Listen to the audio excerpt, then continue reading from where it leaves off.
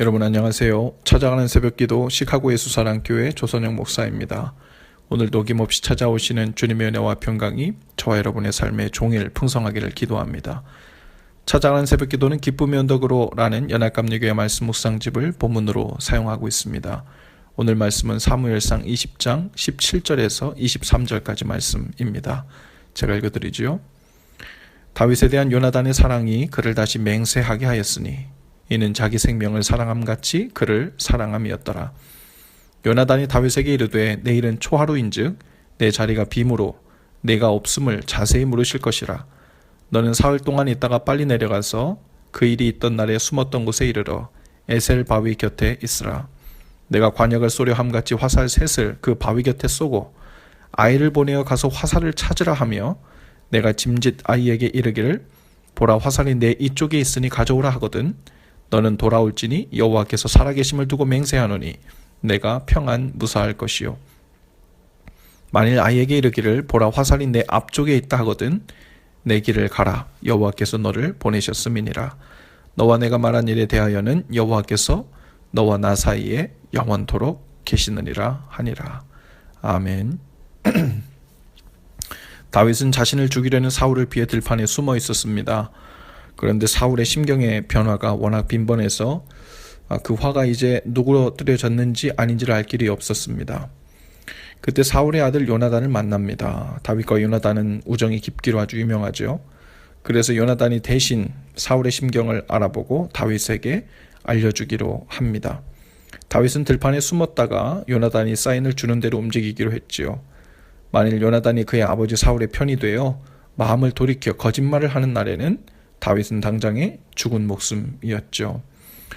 다윗과 요나단이 우정이 깊었다고 하지만 어떻게 그렇게 목숨을 걸고 믿고 신뢰할 수 있었을까요?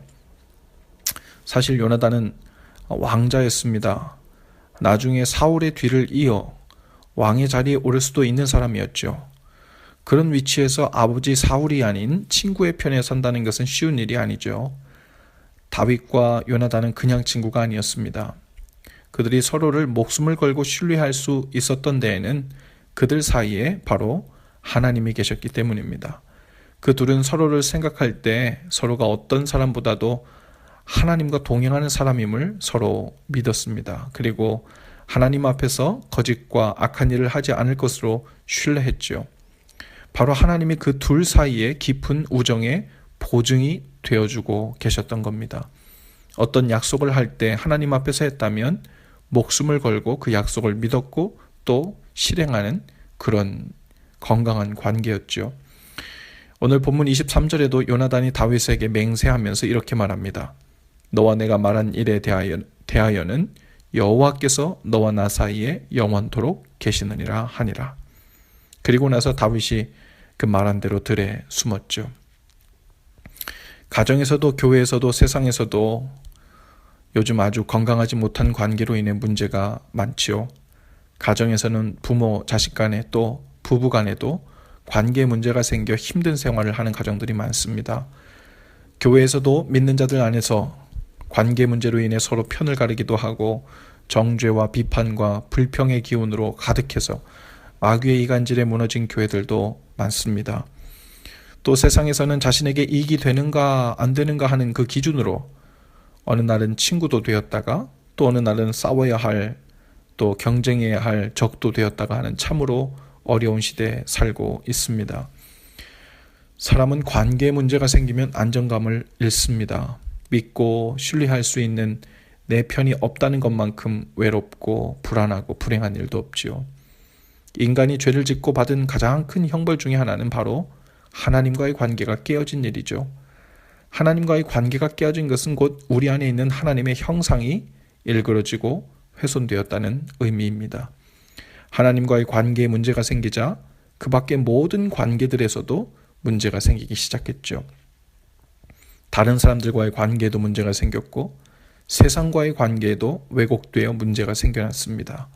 그리고 사람이 자기 자신과의 관계에도 문제가 생겨서 건강한 눈으로 스스로를 보지 못하게 되었습니다. 그 결과로 지독한 나르시즘에 빠져 살거나 혹은 낮은 자존감에 빠져 살게 되는 그런 문제가 생겼죠. 우리 자신과의 관계부터 건강하지 못하니 타인들과 세상과의 관계가 온전할 리가 없겠지요. 이 모든 어그러진 관계를 회복하는 길은 오직 하나입니다. 바로 하나님과의 관계를 바로 세우는 일이죠. 다른 사람들이나 세상 그리고 우리 자신과의 관계에 있어서 그 사이에 하나님께서 계셔야 합니다. 하나님을 통해 나 자신을 보고 하나님을 통해 배우자와 아이들을 대하고 하나님을 통해 이웃들과 세상을 대할 때 그 관계들이 건강하게 바로 세워지죠. 바로 신뢰가 회복됩니다. 오늘도 하나님으로 인해 모든 소망 없어 보이는 관계들이 바로 세워지고 건강해지는 은혜가 있기를 주님의 이름으로 축복합니다. 기도합시다. 주님, 다윗과 요나단처럼 하나님으로 인해 맺어진 우정과 사랑으로 우리의 삶을 채워지게 하옵소서.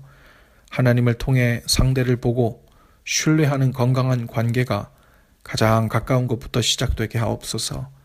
가장 먼저 우리 자신을 바라보는 눈을 변화시켜 주옵소서. 하나님의 눈으로 우리 자신을 보고 이웃을 보고 세상을 보게 하옵소서. 모든 어그러지고 깨어진 관계들이 하나님으로 인해 다시 온전케 되도록 은혜를 주옵소서. 예수님 이름으로 기도합니다. 아멘. 여러분, 오늘도 예수 사랑으로 화이팅입니다. 내일 아침에 다시 찾아뵙죠.